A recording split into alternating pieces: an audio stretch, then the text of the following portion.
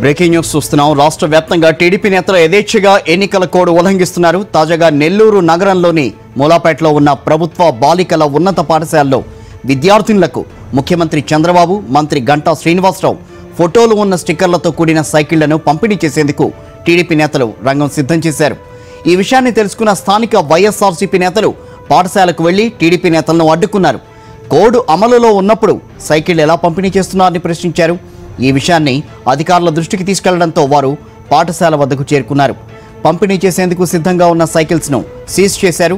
ఎన్నికల నియమావళిని ఉల్లంఘించిన టీడీపీ నేతలపై చర్యలు తీసుకోవాలని వైఎస్ఆర్సీపీ నేతలు డిమాండ్ చేశారు.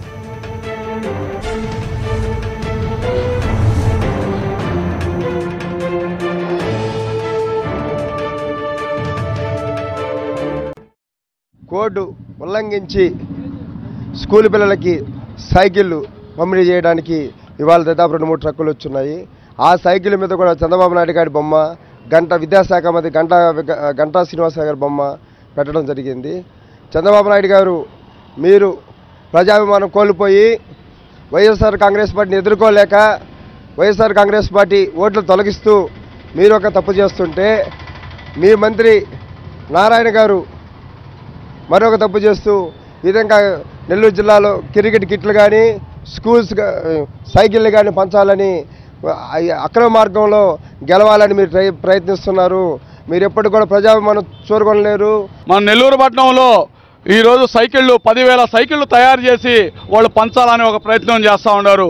ఒకటే యత్నం మంత్రి నారాయణ గారికి, మీరు ఎన్ని జిమ్మికులు చేసినా కానీ, మీరు ఎంత చేసినా కానీ నెల్లూరు పట్టణ ప్రజలు ఈరోజు ఎవరు కూడా మిమ్మల్ని ఆశీర్వదించేదానికి ఎవరు కరెక్ట్గా లేరు. టాటా ఏసీ బండిలో దాదాపుగా 60 వెహికల్ ఉన్నట్టుగా తేలింది. వాళ్ళు రికార్డెడ్గా సీజ్ చేసి మాకు హ్యాండ్ ఓవర్ చేశారు. మేము దానిపైన కేసు కట్టేసి తదుపరిగా అంటే ఇవి ఎక్కడి నుంచి వచ్చాయి, దేనికోసం వచ్చాయి అనేది క్షుణ్ణంగా పరిశీలించి చట్టపరమైన చర్య తీసుకుంటాం. ఎందుకంటే ప్రజెంట్ ఎలక్షన్ కోడ్ ఉంది. ఇటువంటి చర్యలకు ఎటువంటి ఆస్కారం లేదు కాబట్టి ఎట్టి పరిస్థితుల్లో ఇలాంటి చేయడం తప్పు.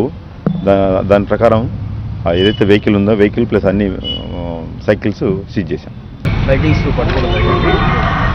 60 సైకిల్స్ వరకు కౌంట్ చేసాం. దాన్ని అది ఇప్పుడు ఎలక్షన్ కోడ్ వచ్చింది కాబట్టి చట్టరీత్యా నేరం అది. సో దాన్ని ఇమ్మీడియట్గా సీజ్ చేసి మేము దాన్ని చట్టపరంగా చర్యలు తీసుకుంటాము. ఇటువంటి ఏదైనా మీ ప్రజల దృష్టికి ఏదైనా వస్తే మాకు ఇమ్మీడియట్గా మాకు సివిజిల్ యాప్ ద్వారా మనకు ఇన్ఫర్మేషన్ వస్తుంది. మేము వెంటనే వచ్చేసి దాని చట్టపరంగా దానికి సంబంధించిన చర్యలు తీసుకోబడుతుంది.